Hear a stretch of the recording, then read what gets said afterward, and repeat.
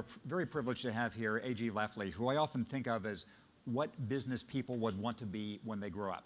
That after graduating from college in the late 1960s, Mr. Lafley had a stint in the U.S. Navy, and then joining Procter & Gamble for a 32-year career, which had every sort of accomplishment one could want, including president and CEO and chairman. And during the last, I think, 10 years of your stint there, the revenues doubled from $39 billion to $79 billion. Is that approximately right? That's approximately right. Approximately right, but who's counting? And along the way, he's had a reputation for talking about civic responsibility of his corporation, the values within his corporation. And so leadership has been something that you have thought about during your entire career. We are nearing, there's a political connection I'm going to make here, we're nearing the 50th anniversary of Dwight Eisenhower's famous farewell address when he left the presidency, which I think, as a one-time speechwriter myself, was probably the finest example of serious political rhetoric in the United States. You recently gave your version of that, a valedictory on leaving Procter & Gamble, where you talked about the values you had learned in your long career of leadership, of citizenship. Would you give us what you think is the most, sort of distilled and extrapolatable version of that message for corporations beyond yours? We must have had a leak. Well, I think, as I recall, I tried to distill 32 to 33 years into sort of a handful of principles. And the first one was see things as they are, not as you want them to be. Come to grips with reality. And I think in my experience and listening to my predecessors, one of the things that distinguishes optimists and leaders is they come to grips with reality. They see it sooner. They express it more clearly. The second thing is, and this is no surprise, I am first, last, and always customer-centric.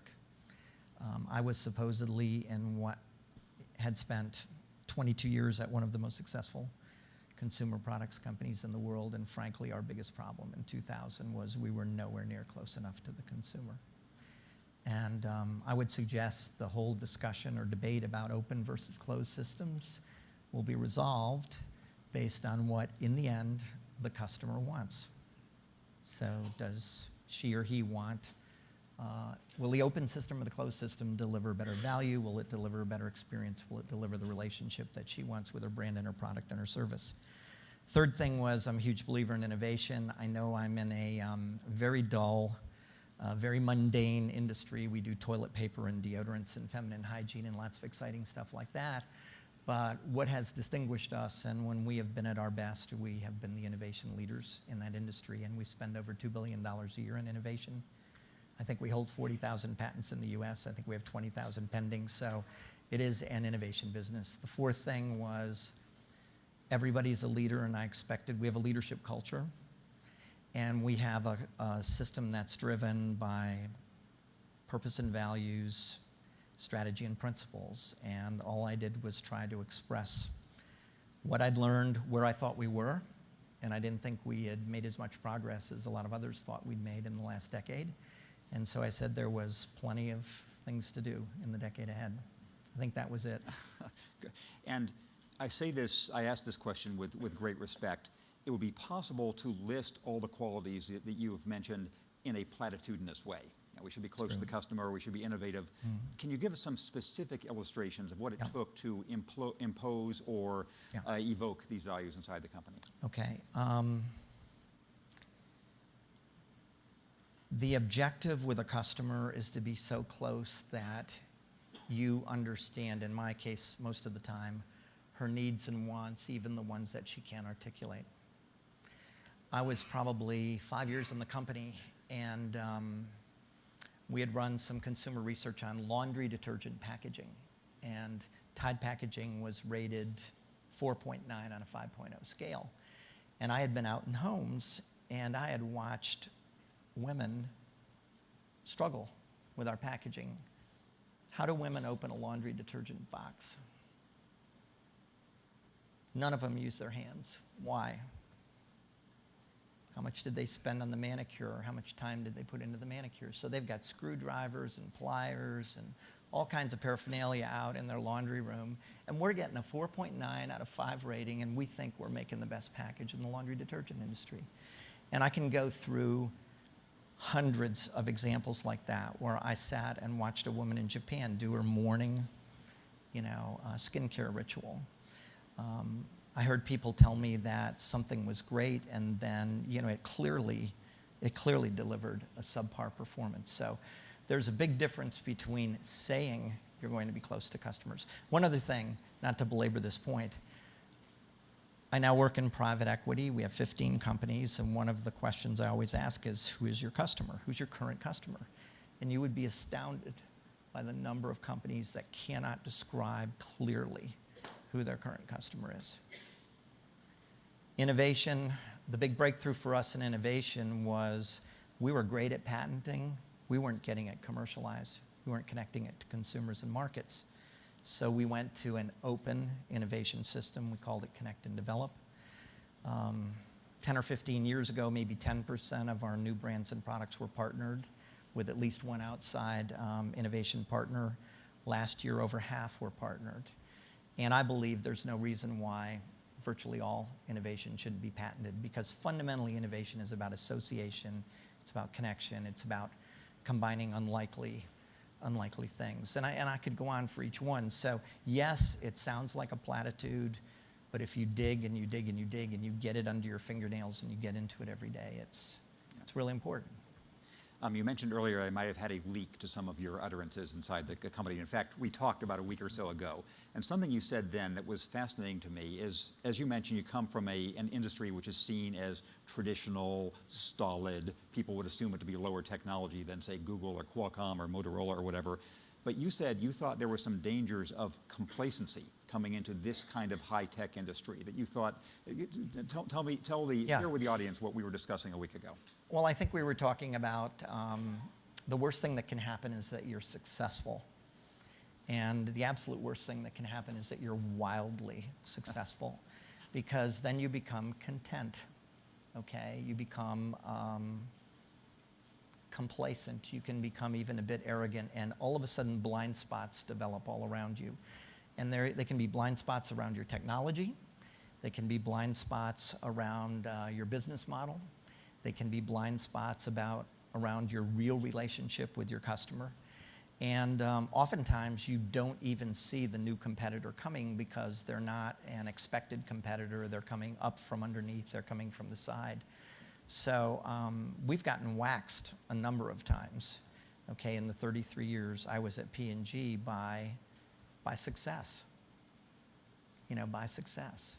And we blew up. We created the disposable baby diaper business with Pampers in the early 60s. I think Google's share of searches is somewhere around 64%. We had a 99% share of that business.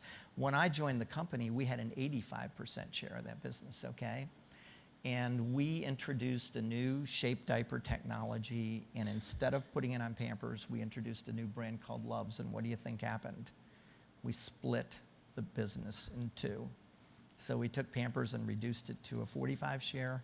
We had a 40 share Loves brand, and Kimberly-Clark came right up the center with the next technology, and they, in the US at least, they had the leading baby diaper brand. So I've just seen so many times in so many businesses that you can lose it, because of something you did, because you didn't see something coming, because you didn't have your eyes open, because you became too complacent.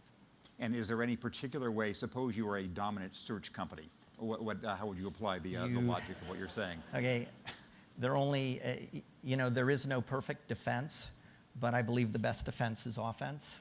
If you don't create the future, you don't want to leave that to your competitor. Second thing you have to do is attack. You have to be willing to attack yourself, right? What's one of the biggest reasons that you don't attack yourself? You don't attack yourself because the economics aren't as good, and they're never going to be as good. You're going to be dealing with maybe higher capital, for sure lower margins, all of the costs of startup, whatever they are in your industry. So you have to be willing to do that. And then I think the third thing is I'm a huge believer in open innovation. I'm a huge believer in partnerships. We talked a lot about our billion-dollar brand businesses. One of the ones I'm most proud of is not on the list. It's with Clorox, who's a fierce competitor in one industry. and who's a big partner in the wraps and bags industry, another very mundane industry.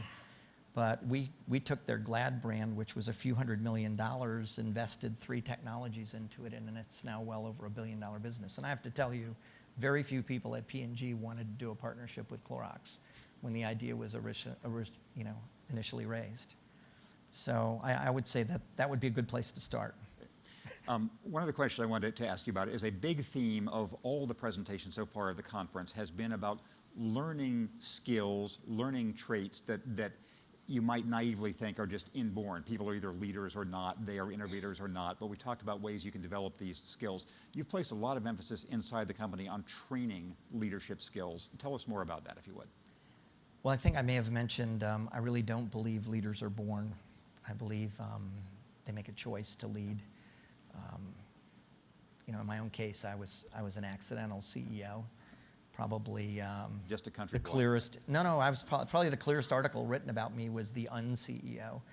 But sometimes, circumstances, and they can be a cause you care about, they can be something you have passion for, they can be something in your community, wherever, cause you to want to make a difference. And so I believe there's this little spark. Second thing I'm relatively sure of is that there are some leadership tasks, engaging and envisioning.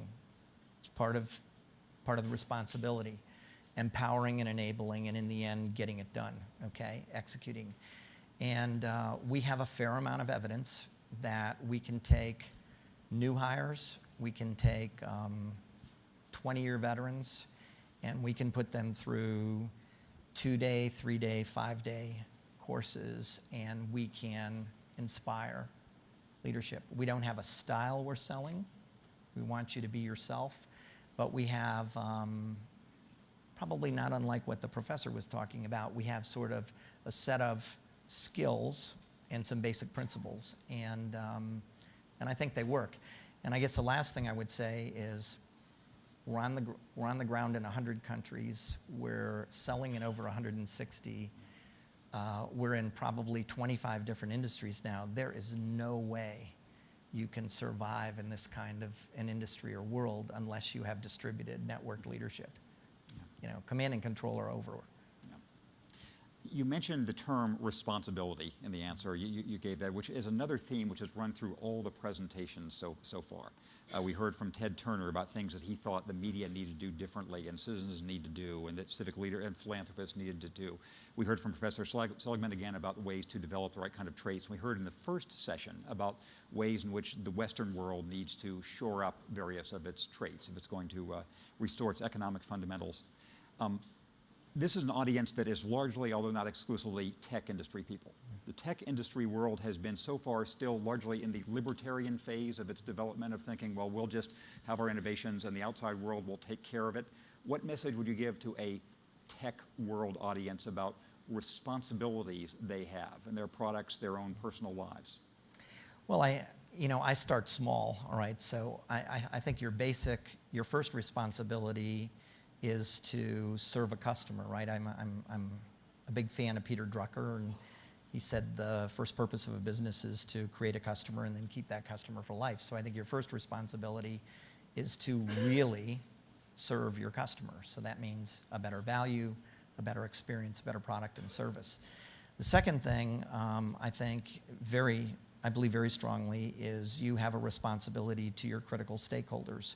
One of the things I did, frankly, was put the shareholder, at the bottom of the pyramid, not because the shareholder wasn't important, but if I didn't have it right for the customer, if I didn't have it right with our innovation partners, and I didn't have it right with our employees, we weren't going to deliver for the shareholder. So I just changed the mix.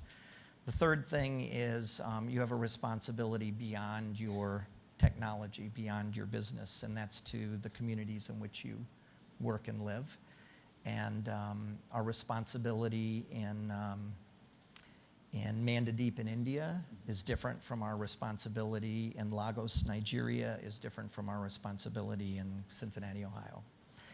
And then lastly, I really believe you have a responsibility to the sustainability of our planet. And you know, we try to work on our responsibilities in concentric circles. We try to work on them in an integrated way. So we're not fixing technologies and products that are ill-conceived and ill-designed, although we have had to do some of that. And we don't get it right most of the time, but we try to get it right a little more often.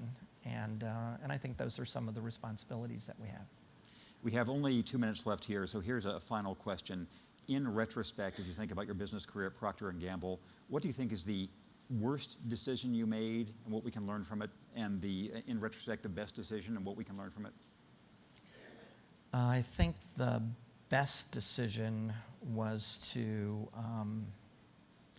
really to refocus on the customer, okay, and just to put the customer at the center. And we have the customer in most of our buildings every day, okay, and we're in customer homes, living it and working it. The worst decisions were, I should have divested. You know, you're always slow to, capitalism is about creative destruction. And while you create on the one hand, you have to destroy with the other hand. And I always felt that we were quicker to create than we were to destroy. And I should have divested or gotten rid of businesses that either were non-strategic, non-performing, or just weren't going to fit. And my biggest miss by far is we got the Prilosec switch, we lost the Claritin switch, and I had it in my hand, and I deferred to the individual that was running the healthcare business at the time, and I knew in my tummy that I shouldn't have, but we would have had probably the 2 biggest switches in the last decade if I'd made a good decision there. Great. Well, with that, thank you very much.